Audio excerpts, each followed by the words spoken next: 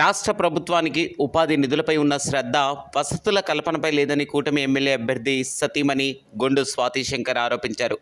గారా మండలం అంపోలు పంచాయతీలో మాజీ సర్పంచ్, మాజీ మండలాధ్యక్షులు గొండు వెంకట రమణమూర్తి, ఎంపీటీసీలు వెలమల శ్రీనివాసరావు, గుజ్జల హిమగిరి, గొండు అచ్యుత, రుప్ప ముసలినాయుడు ఆధ్వర్యంలో కోళ్లపేట, లింగాల వలస చెరువు పనులను నియోజకవర్గ తెలుగు మహిళా అధ్యక్షురాలు, కూటమి ఎమ్మెల్యే అభ్యర్థి గొండు శంకర్ సతీమణి స్వాతి శంకర్ శనివారం సందర్శించారు.